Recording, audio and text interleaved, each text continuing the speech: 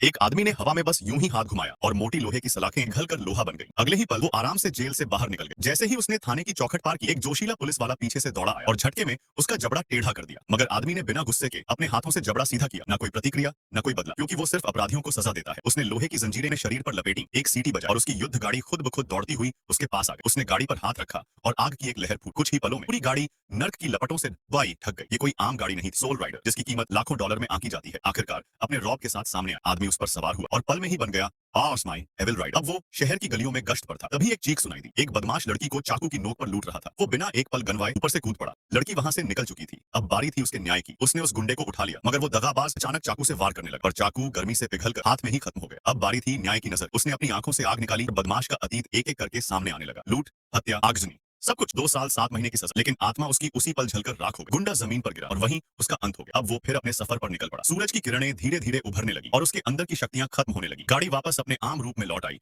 और वो आदमी दर्द में तड़पते हुए इंसानी जी में वापस लौट आया। आर्या